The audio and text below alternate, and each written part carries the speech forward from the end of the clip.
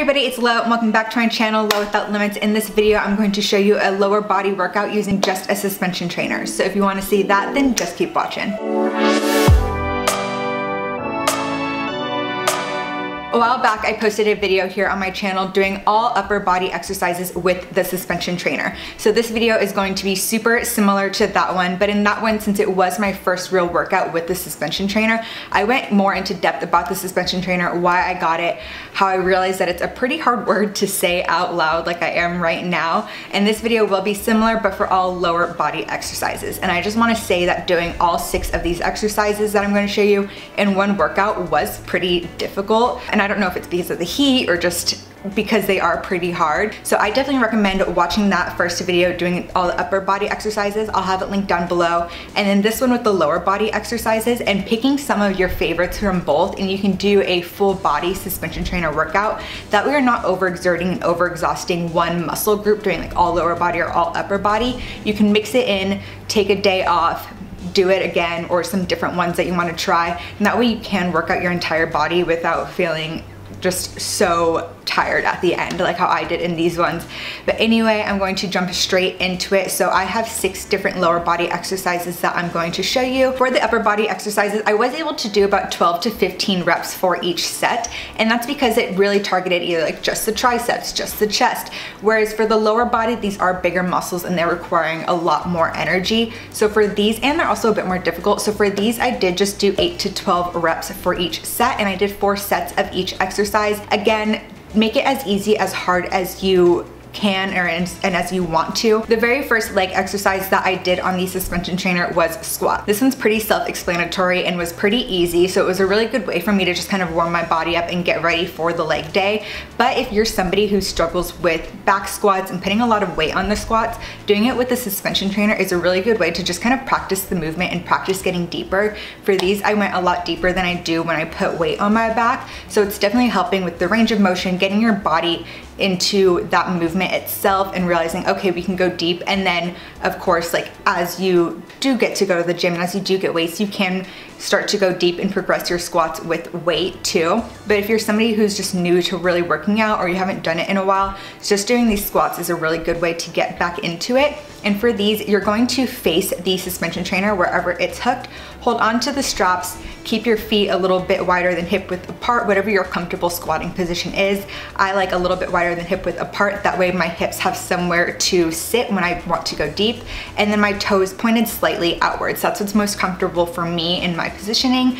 And definitely if squats are hard for you, I would talk to somebody who's like a personal trainer or somebody who's more well-versed in that and who can critique your squat form.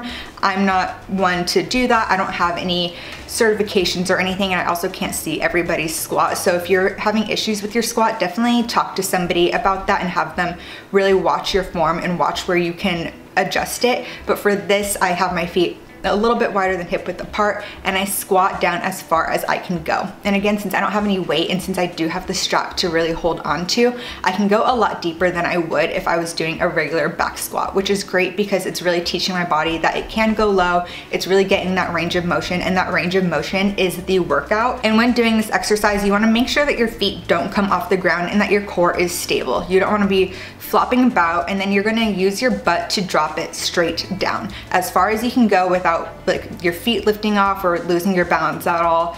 And you just want to put it straight down. You don't want to hinge back where your butt's sticking like super backwards with your hips. You want to use the butt and use your core and go straight down and try to get it as low as you can, and then using the straps to assist you in rising back up while keeping your feet pretty stable on the ground. The next exercise, and the whole reason I bought and was interested in getting the suspension trainer, is the pistol squat.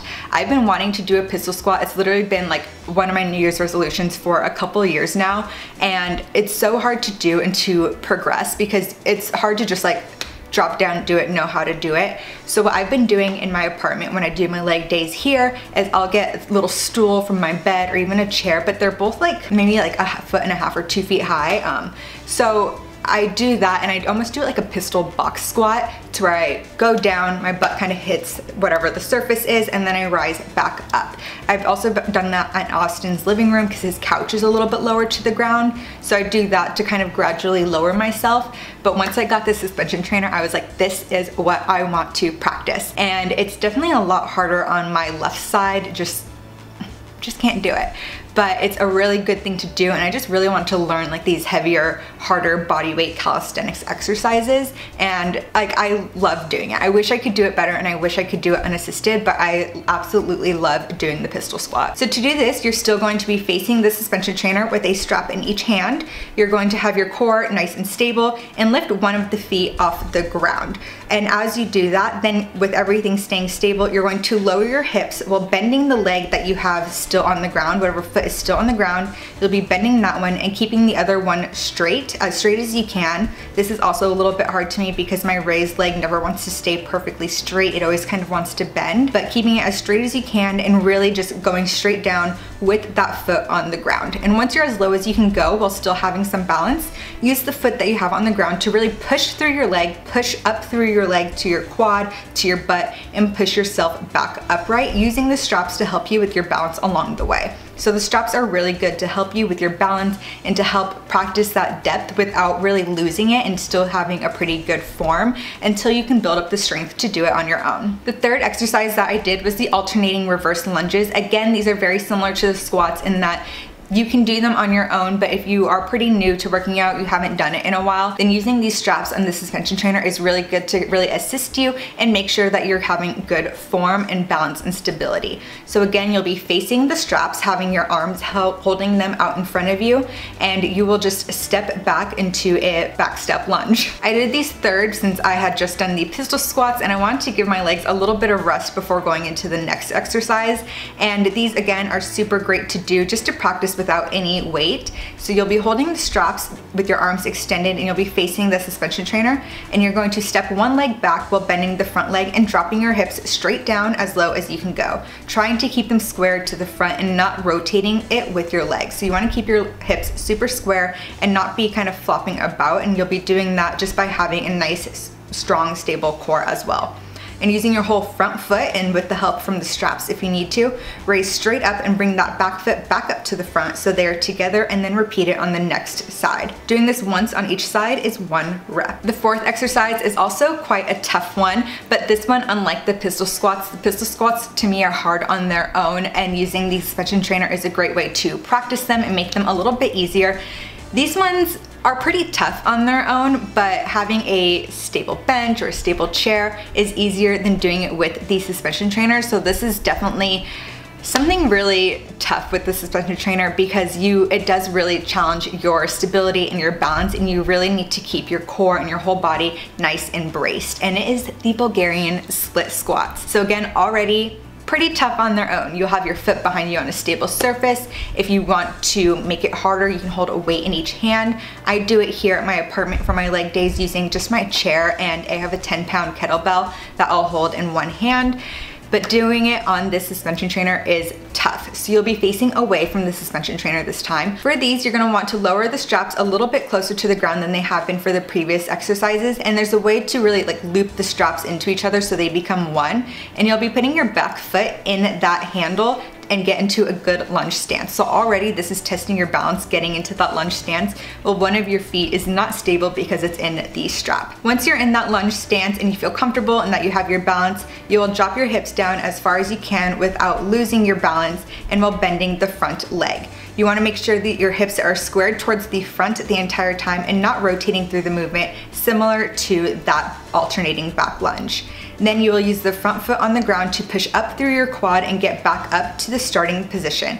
All this while maintaining that balance and stability because your foot in the back is not on a stable surface as you would just inside or at the gym. And for these last two exercises, again, you will keep the straps a bit closer to the ground but separated, and you get to be close to the ground. You get to start off lying on the floor, which is great. And the first one is the hip bridge. So again, you will put your heels, one heel in each of the straps, and you will lie down and have your knees at a 90-degree angle to start with. Staying in this position with your knees bent, you will raise your hips up by pushing through your heels that are in the straps. So by pushing your heels down, you raise your hips and your butt up, give the booty a little squeeze, and lower back down for 1 rep.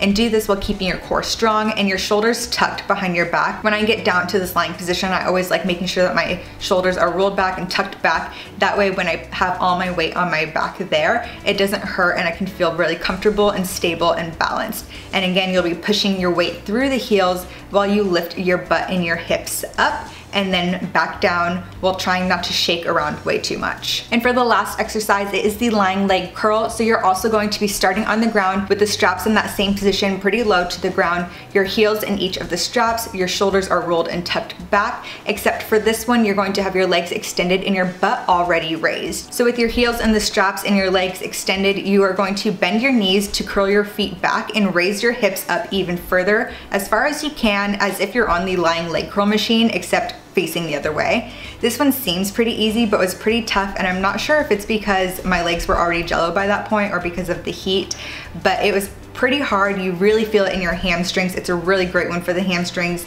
And once your knees are bent and your hips are as high as you can get them, extend them right back out, making sure that your butt doesn't touch the floor the entire time. So it's also really great for the core because you are really working on that core stability and that balance. Well, there you have it. Those are the 6 lower body exercises that you can do with a suspension trainer. If you like this video, be sure to give it a thumbs up, comment down below what your favorite suspension trainer workouts are and what you want to see more of on my channel. And while you're there, be sure to subscribe. I upload a new video every Wednesday. So until the next one, thanks for watching.